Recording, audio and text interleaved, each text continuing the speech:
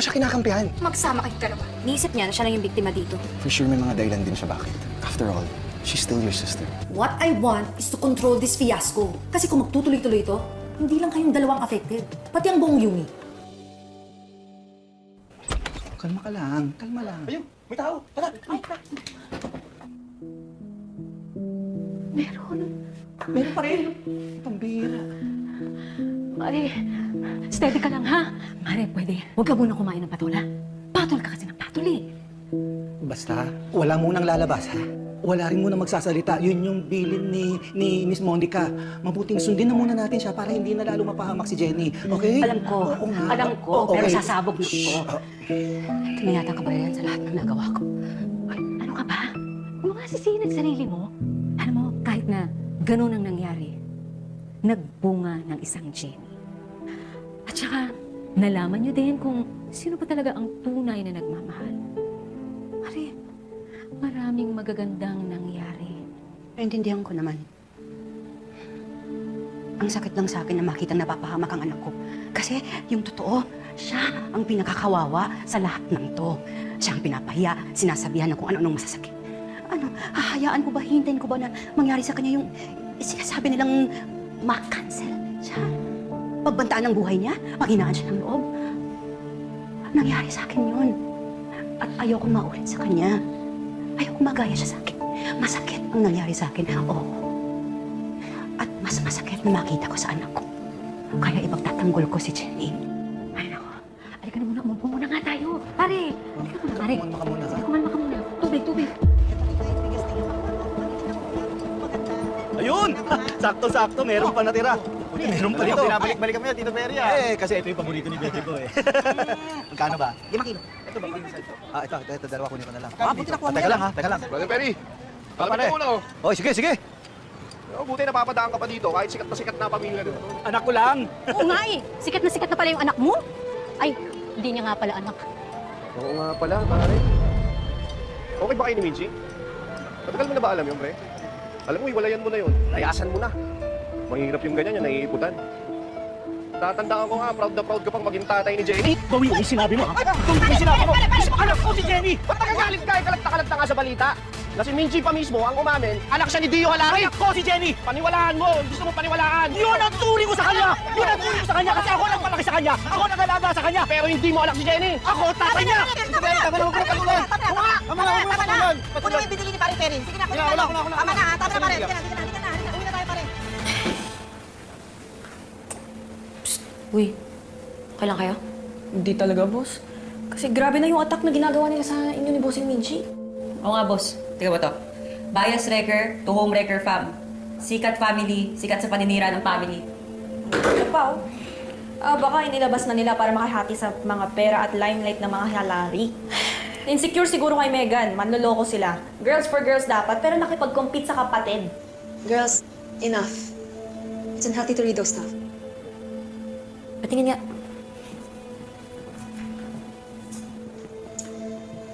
Jenny, stop reading. Panghihinaan ka nang ng loob, oh. Let's just pray that it will end soon. Right? Tama. Alam mo, naka-apekto talaga ng DNA ni Megan na alam niya. Kasi naman eh, kung nagsabi lang sila ng totoo, hindi sana walang issue, di ba?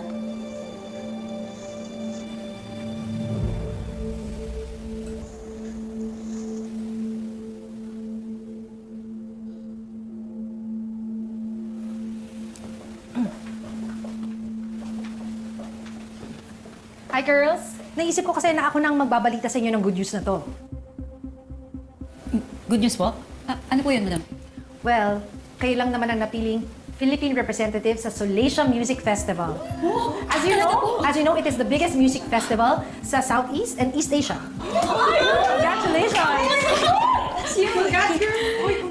At ito ang mas lalo magpapalaki ng reach ninyo sa international audience sa ngayon. Akala ko wala ng good news for this week. Buti na lang nakabawi. Sana lang yung pagkakapili sa inyo to perform sa Solasia sa South Korea ay makatulong, no, para matabunan yung mga issues na nakakabit sa Yumi.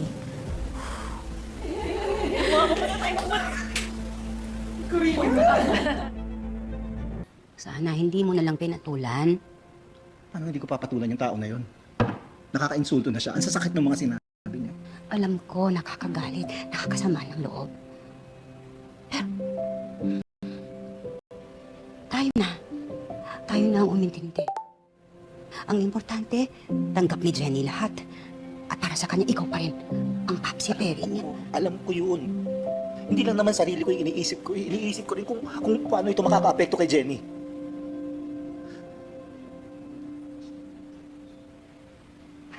Minsan, madalas, nakokonsensya talaga ako. Kasi nasasaktan si Jenny, ikaw nadadamay. Pero, pag inisip ko rin naman, kung magpapaapekto tayo, ano yun? Para na rin tayong nagpatalo. Kaya tama rin, si Maring Charis. Dapat magpakatatag tayo. Para kay Jenny. Ngayon natin ipakita sa kanya ang pagiging magulang. Ano na naman yung drama mong hindi mo alam? Bakit hindi mo nalang nilinaw yung kumakalat na balita sa social media? I just told the truth. Ako yung legal na anak. Biktima niyo ng nanay mo. Hindi ikaw na anak sa kabit. Jenny, Megan, please. Pagod at puyat na nga tayo, nag-aaway pa kayo? Gets ko naman na nasaktan ka sa kung ano may nangyari sa nakaraan ng mga magulang natin. Pero kailangan mo pa ba talagang gawin to para sirain lang ako pati yung nanay ko? Tsaka hindi mo ba naisip na kapag nasira ako, pwede kayong madamay lahat kasi grupo tayo. Yumi tayo. Oo nga, Megan. Ikaw, tigil-tigilan mo na nga yung amats mong pa-victim. Alam naman natin yung totoo. Wow. See? Ako yung biktima lagi dito. Kasi pinagtutulungan niyo ako lahat palagi. Akala niyo kasi, si Jenny lang yung good girl at affected dito. Hindi naman sa ganun, Megan. This is my truth, Althea. Hindi kasi kayo yung nasa sitwasyon ko. Kaya ang dali para sa inyo mag-take ng side. Ako yung nasaktan. Ako yung inagawan. Kaya respetuhin niyo naman ako. Palagi na lang yung Jenny na yung kinakampihan niyo. Paano naman ako, di ba? Isang beses ba kinamusta niyo ako? Hindi naman, di ba? Kasi lagi na lang siya. Balikan niyo ako kapag kayo naman yung inagawan ni Jenny. Tell me kung magiging salty like the sea din kayo at your neighborhood.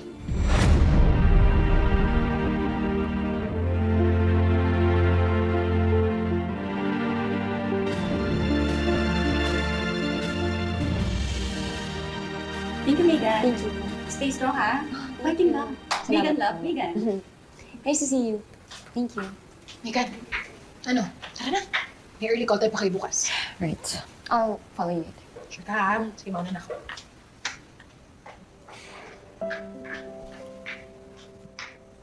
Megan, pampasaya para sa'yo. Para saan yan? You're supposed to be on my side. Consolation ba yan para sa pagkampi mo kay Jenny kaysa sa akin? Sa kanya mo nalang ibigay. Megan, wala akong kinakampihan.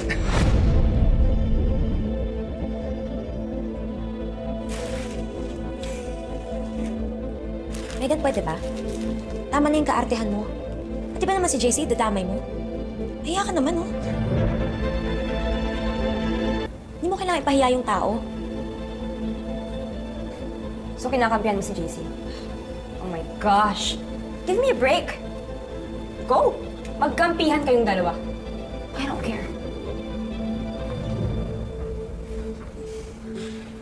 Alam mo, JC, Ton.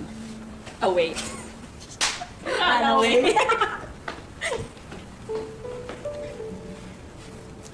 Pasensya na. Ako nahihingi ng sorry para kay Megan. Sorry din kung naipit ka sa aming dalawa. Pero JC, huwag mo siyang sukuan, ha? Kailangan niya ng taong katulad mo. Yung mas makakaintindi sa kanya. Thank you, Jenny. Una na ako.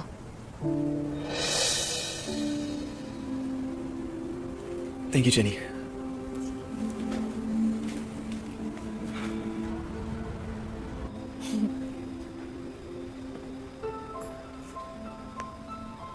Thank you, support you, mates. Mega love. Good night.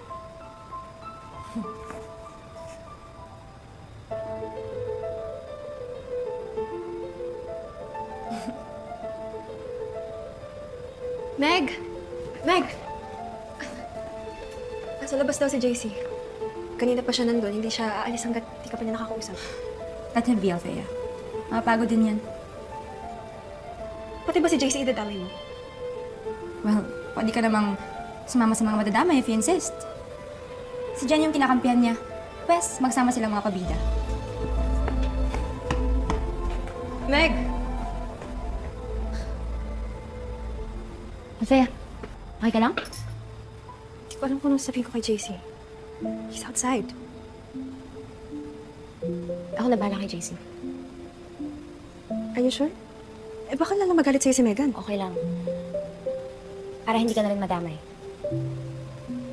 Okay. Thank you.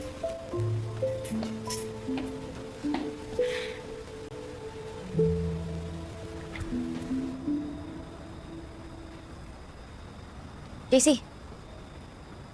Tara, dun. Tara. Mukha mo na. Grabe ka rin no? Ayaw mo talaga sumuko, ha? Gusto kong kausapin si Megan, pero ayaw niya akong pansinin, kahit sa text. Namarkahan din ako eh. Na-Jenny card kayo ata. Sorry, JC, ha? Mukhang nadadamay ka din sa galit ni Megan sa akin. Pero alam mo, ganyan din ako dati. Talaga sinusukuan yun. Pero ngayon, pagod na rin ako. Tsaka wala na rin dahilan para amuyin ko pa siya. Ikaw ba? Anong dahilan mo at pinagtsatsagaan mo yun? You know, ever since I met her, Jenny, nagbago talagang buhay ko. As in, I mean, imagine, dati work lang ako sa bar. Tapos, pag-aalaga sa kapatid ko. It was simple. It was, steady. But Megan, she rocks my world. Nagiging exciting siya, pero hindi lang sa fun side, sa crazy and tough side din. Feeling ko, mas natututo ako sa kanya. And na-inspire to be a better man. Wow. Swerte din yun eh. May kaibigan siyang katulad mo. Pero JC, sana naman huwag mo siyang impluwensya ng masama, ha? Jenny, of course not. You know, kahit ako, nagre-remind sa kanya to stop. Pero syempre, mahirap pigilan kasi may pinagdadaanan. Gets ko naman kasi, ako din, second family din ako. Yung issue niyong dalawa, napanood ko na to sa pamilya ko naman. It's complicated. Pero maayos din kapag pakinggan niyo na yung side ng bawat isa. Kami hindi tinanggap eh. Pero buhay pa din naman kami ng kapatid ko. Masaya pa rin naman kami. Malay mo, maging katulad din kami ng pamilya. Oh, of course not. Malay mo, magpaayos kayo. Kasi si Megan, mataray at masyadong strong magsalita. Pero may puso pa rin siya. Ramdam na ramdam ko yan kapag kasama ko siya. Yung unang umasa.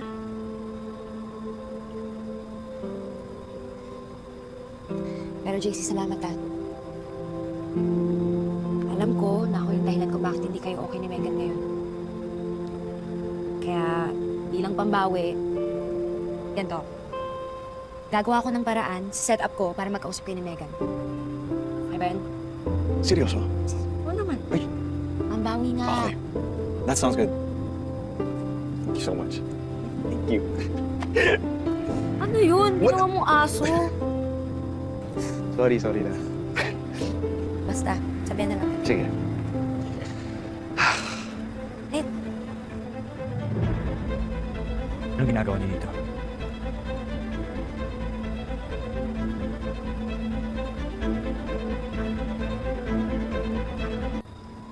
At sinamahan ko lang si Jenny. Si Megan kasi doesn't wanna talk to me. Di ko alam na may chaperone na pala si Jenny. Hey, anyways, I'll get going, okay? Thank you again, Jenny.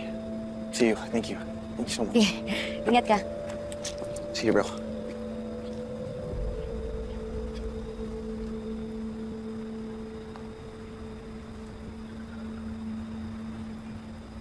Kailan pa kayo naging close na? Simula nung pinagtanggol niya ako kay Megan. Ngayon, tinutulungan ko lang siya para magkaayos sila.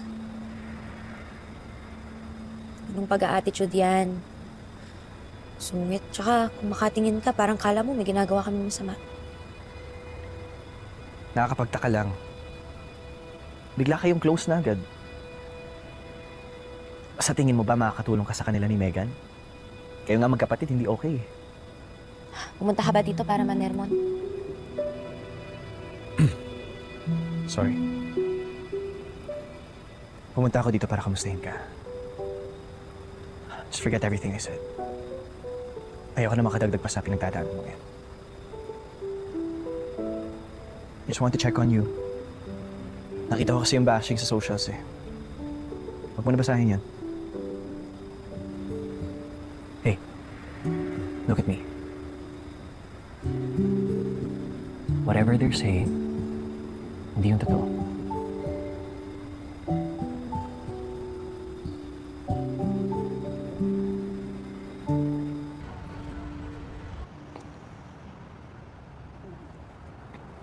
JC, Uy, Jenny. 30 minutes lang yung break namin, so sabihin mo na lahat ng kailangan mo Kasi sabihin kay yung Megan, ha? Tara, Steve. Thank you, Jenny, ah. Sige, tara. Alam mo, bad trip ako dyan eh. Sinira na ng mga halari. Kapatid. True. Hoy, Jenny! Fake halari. Fake na nga. Di ko naman sinabi na tawagin niyo akong halari. At saka hindi ako fake. Totoo naman eh, na fake ka. Miss, excuse me. Huwag niyong pinagsasabihin ng ganyan si Jenny. Anong ginagawang masama yung tao sa inyo eh? Paano walang ginagawang masama? Eh, homewrecker yung nanay nan. At nagmamanipula ng mga fandom niya. Miss, hindi niyo siya kailangan sigawan kahit ayaw niyo sa kanya. POV, nakita nyo yung panira sa Yumi. Panira ng Yumi, di ba? Miss, pwede ba? Tama na. Ano ba? Kanina na! Ayan o! Ayan sa kanya! Ayan! Tama na!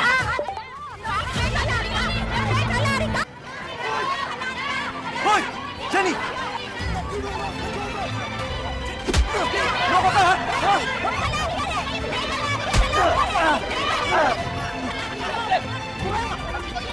Tumigil na kayo! Leon niyo na si Jenny!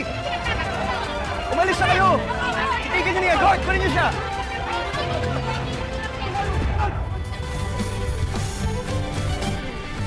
Grabe na to, war break na yung mga fans, oh. Buti na lang nandun si Lee at si JC. Si JC? Bakit sila magkasama? Boyfriend